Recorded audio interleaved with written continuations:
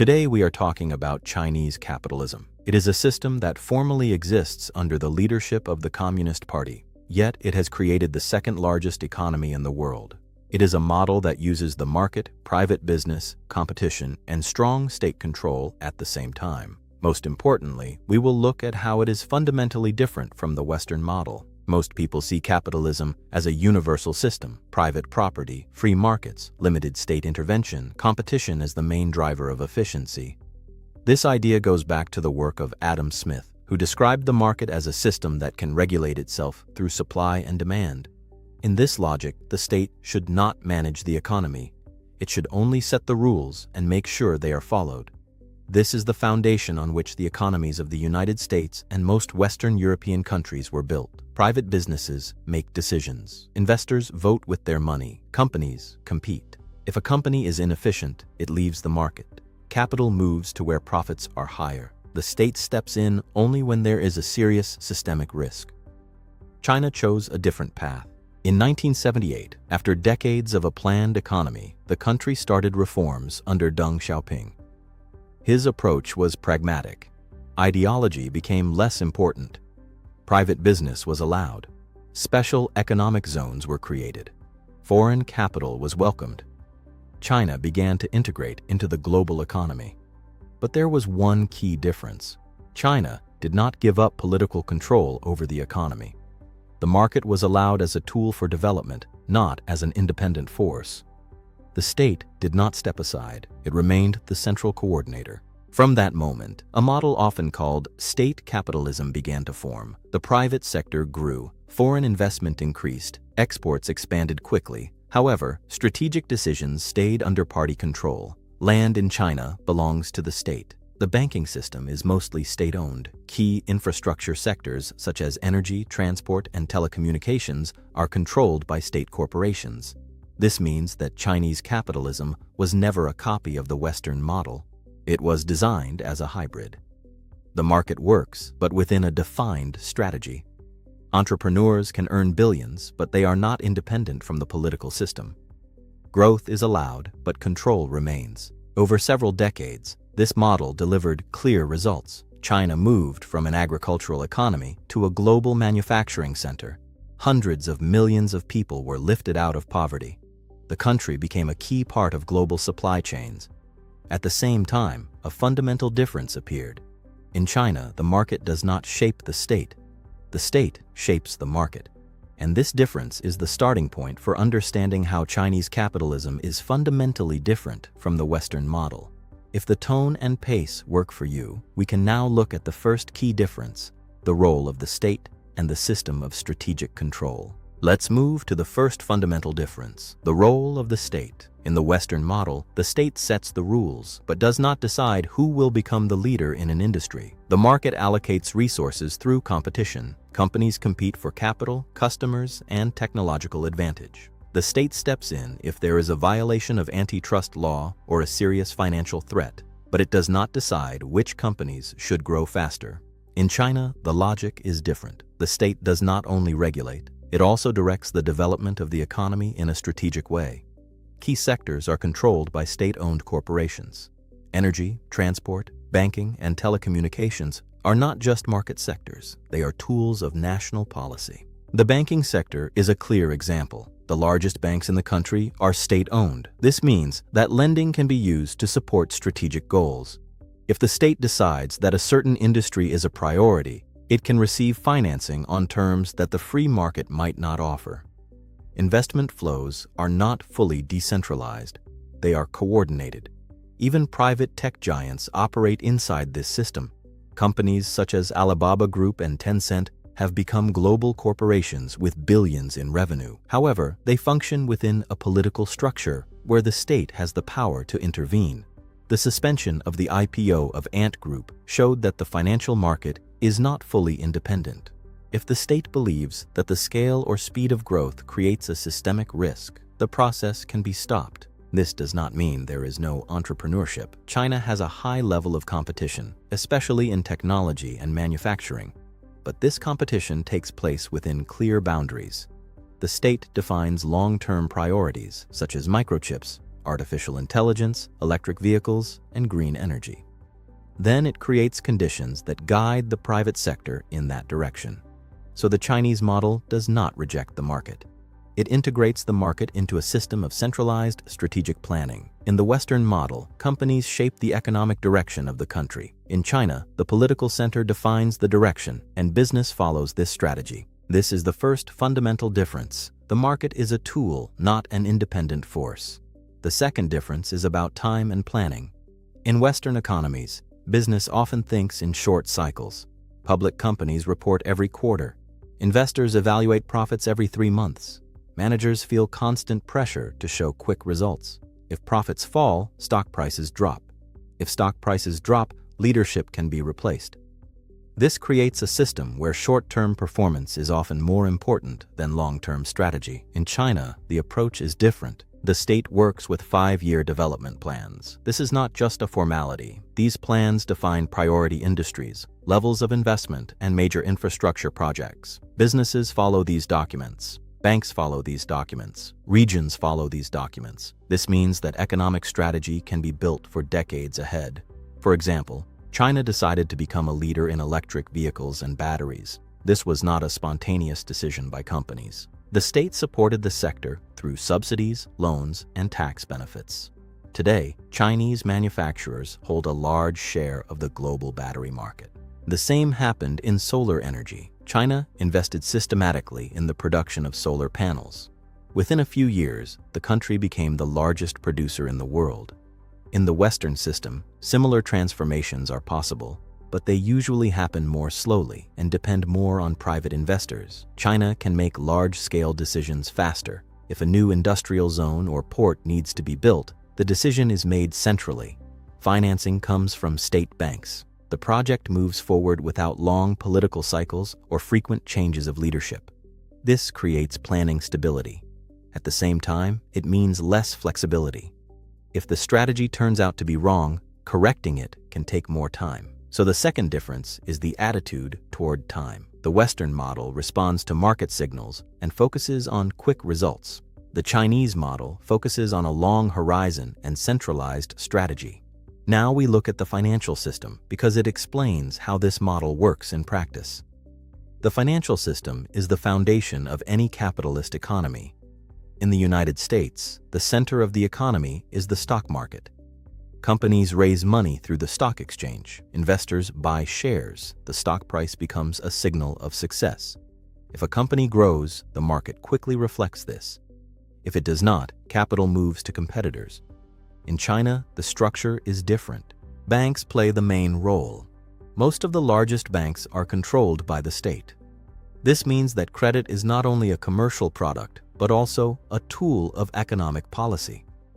If the state defines a sector as a priority, banks can actively finance it, even if short-term profits are not yet clear. This creates a managed allocation of capital. This system makes it possible to scale infrastructure very quickly. Roads, ports, railways, and factories are built using credit that is supported by the state system. In the Western model, such projects often depend more on private investors or budget limits. Another difference is the attitude toward financial risk. In the Western system, bankruptcy is a normal part of the market. If a company is inefficient, it can disappear. Capital is redistributed. This can be painful, but it is seen as a way to clean the system. In China, stability is more important than fast market correction. If a large company creates systemic risk, the state can step in. This does not mean there are no problems, but the priority is to control the consequences, not to protect full market freedom. This approach reduces the chance of sudden financial collapse. However, it can also lead to growing debt inside the system, especially at the regional level and in the real estate sector. So the financial structure of China allows the state to guide the economy through credit. In the Western model, the direction of the economy is shaped mainly by capital markets. This is another fundamental difference. It explains why China can quickly concentrate resources in selected sectors and scale them to the global level. Another important difference is the attitude toward competition and scale. In the Western model, competition is seen as the main source of efficiency. The more players in the market, the stronger the pressure on prices and innovation. Antitrust authorities monitor companies to prevent too much concentration of power. If a business becomes too dominant and starts to control the market, the state can limit or even break it up. The idea is simple. Competition must remain constant. In China, competition also exists, but it works together with state coordination. On the domestic market, companies can compete very aggressively. This is clear in e-commerce, fintech, and electric vehicles.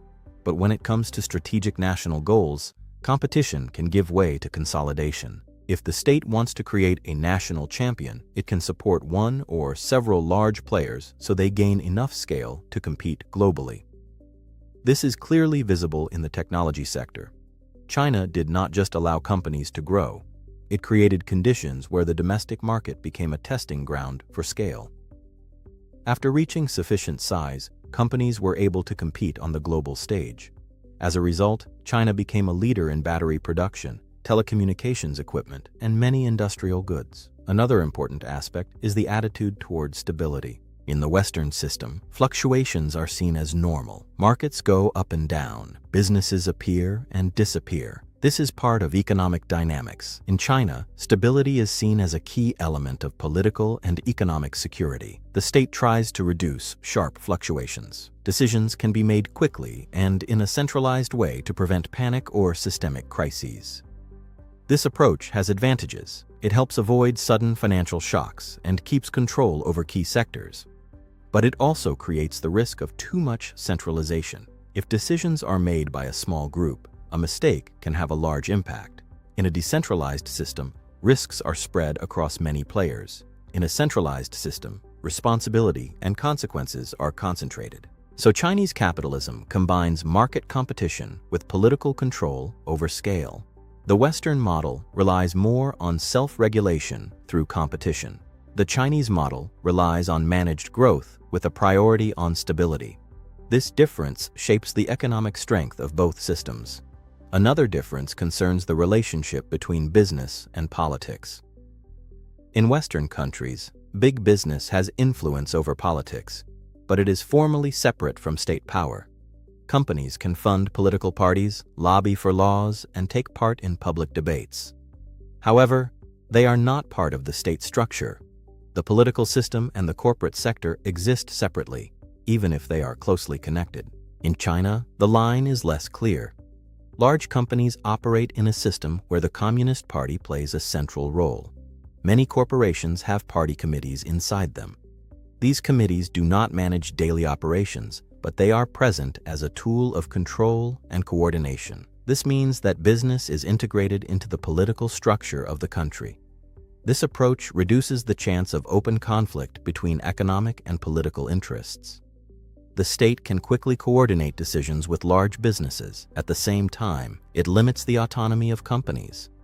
They cannot act fully independently if their strategy goes against national priorities. It is also important to understand the social aspect. In the Western model, inequality is often seen as a side effect of the market.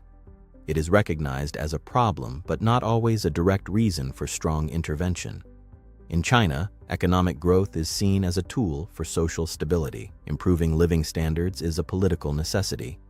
If growth slows down, it becomes a challenge for the entire system. That is why economic policy in China is closely linked to control and long-term stability. The market is used to create wealth, but the final goal is not only profit. The goal is to maintain stability and control over the country. As a result, a model is formed where capitalism exists inside the political system, not next to it. This creates a high concentration of power, but it also allows the state to mobilize resources quickly at the national level. This feature explains why China can remain part of the global market while keeping strong internal control.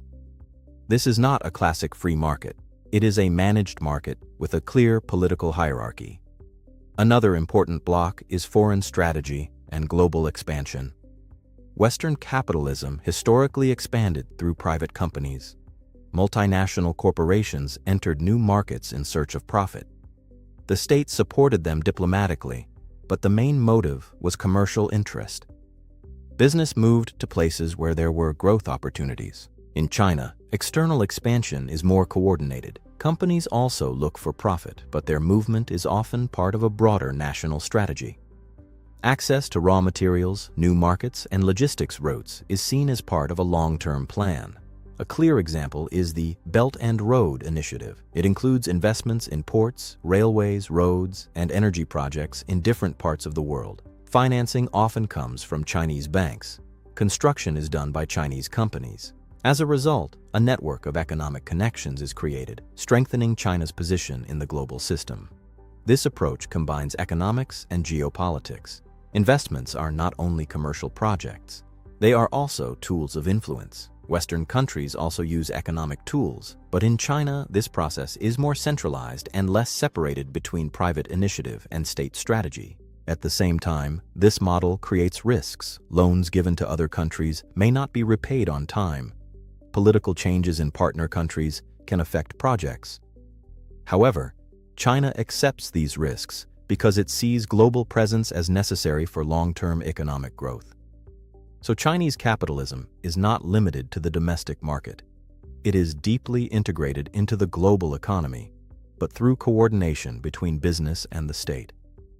This again shows the main feature of the model. The market works, but within strategic control, and it is at the global level that the difference between the two systems becomes very clear. One relies on decentralized company initiative. The other relies on coordination between economy and politics in one direction. Now we move to the weaknesses of the Chinese model. No economic system is risk-free.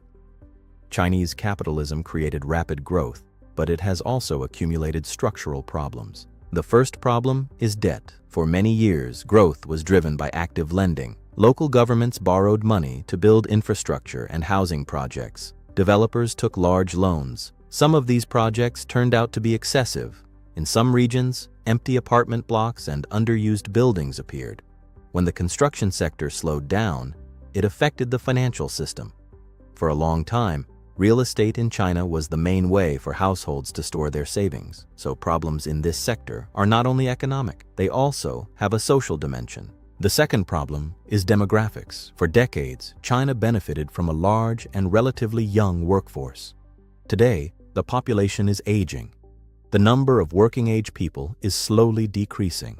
This puts pressure on the social security system and on economic growth. The third factor is technological dependence in key areas. Despite major progress, China is still not fully independent in the production of the most advanced microchips. Restrictions from the United States and its allies have shown that global supply chains can become tools of political pressure. The fourth risk is centralization of decision-making. When strategy is shaped by a small group, implementation can be very fast, but if the chosen direction is wrong, the scale of the mistake can also be large. In more decentralized systems, risks are spread across many players. All these factors do not mean that the model does not work. They mean that its success depends on the system's ability to adapt. China has shown that it can change direction quickly, but future challenges will be more complex than the industrial growth of the 1990s or the export boom of the 2000s. So Chinese capitalism is not a perfect alternative. It is a strong but tense system that balances between market forces and state control. And this balance will determine whether it can maintain its pace in the coming decades. Now, we should ask the main question: is Chinese capitalism a new model for the world, or is it a unique case that cannot be repeated? Many countries are watching China. They are attracted by the speed of infrastructure development, the pace of industrialization, and the ability to concentrate resources in strategic sectors. Some governments are already using more industrial policy, subsidies, and protectionism. Even in the United States and Europe, the state has started to play a bigger role in microchip production, energy, and defense industries. This means that the global economy is moving, at least partly, toward a stronger role for the state. But it is important to understand the difference. In Western countries, the state supports the market, but does not replace it. In China, the state remains the central coordinator of the system. Can the Chinese model be copied without the political structure that supports it? This is a difficult question. Chinese capitalism developed in a specific context: centralized power, state control over land, a state-dominated banking system, and a large domestic market. Without these conditions, the system might work very differently. At the same time, the Western model is also facing challenges. Rising inequality, deindustrialization, and dependence on global supply chains have forced many countries to rethink the idea of a completely free market. This creates a new phase of global competition, not only between companies, but also between economic models. So we are not just seeing a difference between China and the West. We are seeing competition between two ways of organizing capitalism. One relies on decentralization and market autonomy. The other relies on strategic control and long-term planning. Which system will prove more resilient under technological change, geopolitical tension, and demographic pressure? Time will answer this question. But it is already clear that capitalism does not have only one form. China has shown that the market can exist under strong state leadership, creating an alternative path of development. The final block is about what this means for the future. China is not trying to convince the world with ideology. It shows results: decades of GDP growth, massive production capacity, technological progress, infrastructure that changes the country in a short time. This creates a sense of efficiency, but efficiency is not only about speed, it is also about the ability to adapt to new conditions. The world is changing, supply chains are shifting, technological competition is increasing, populations are aging, resources are becoming more expensive. In such conditions, every model is tested. The Western system is strong because of its flexibility. Companies can appear and disappear quickly. Capital moves freely. Ideas can emerge from anywhere. This creates constant innovation, even if it comes with crises. The Chinese system is strong because of its concentration. It can mobilize resources in a chosen direction. It can build large projects without long political debates. It can respond quickly to strategic challenges, but each strength has a cost. Flexibility creates instability. Concentration creates the risk of too much control. A free market can increase inequality. A centralized market can limit autonomy. So the question is not which system is right. The question is, which system fits the conditions of the 21st century better? The future may not copy either model. Countries may combine elements of both. China has already shown that capitalism can take a different form, and this diversity of models makes the global economy more complex and more competitive. There is one more aspect that is important to understand: trust in the system. Any form of capitalism depends on trust. People must trust banks. Businesses must trust the rules. Investors must believe their rights are protected. Without trust, the economy slows down. In the Western model, trust is based on independent institutions. The judicial system is formally separate from the government. Central banks have autonomy. Regulators follow clear procedures. Even when political power changes, the basic rules remain stable. This creates predictability for business. In China, trust is built in a different way. It is not based on independent institutions, but on the stability of the political center. The party guarantees continuity of policy. Power does not change through elections every few years. This means that strategy can remain stable for a long time. For investors, this has two sides. On one hand, there are no sharp political shifts after elections. On the other hand, the final decision always belongs to the state. If national interest requires changing the rules, it can happen quickly.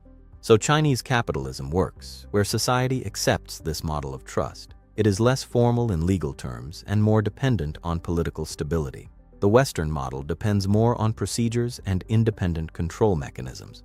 This is a fundamental difference. One system trusts rules, the other trusts the center of power, and this difference shapes how businesses feel inside each model, how decisions are made, and how the country reacts to crisis.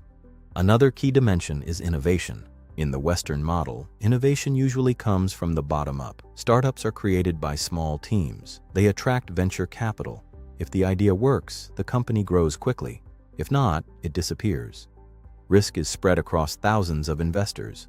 The state supports the ecosystem, but it does not decide which company will become the next leader.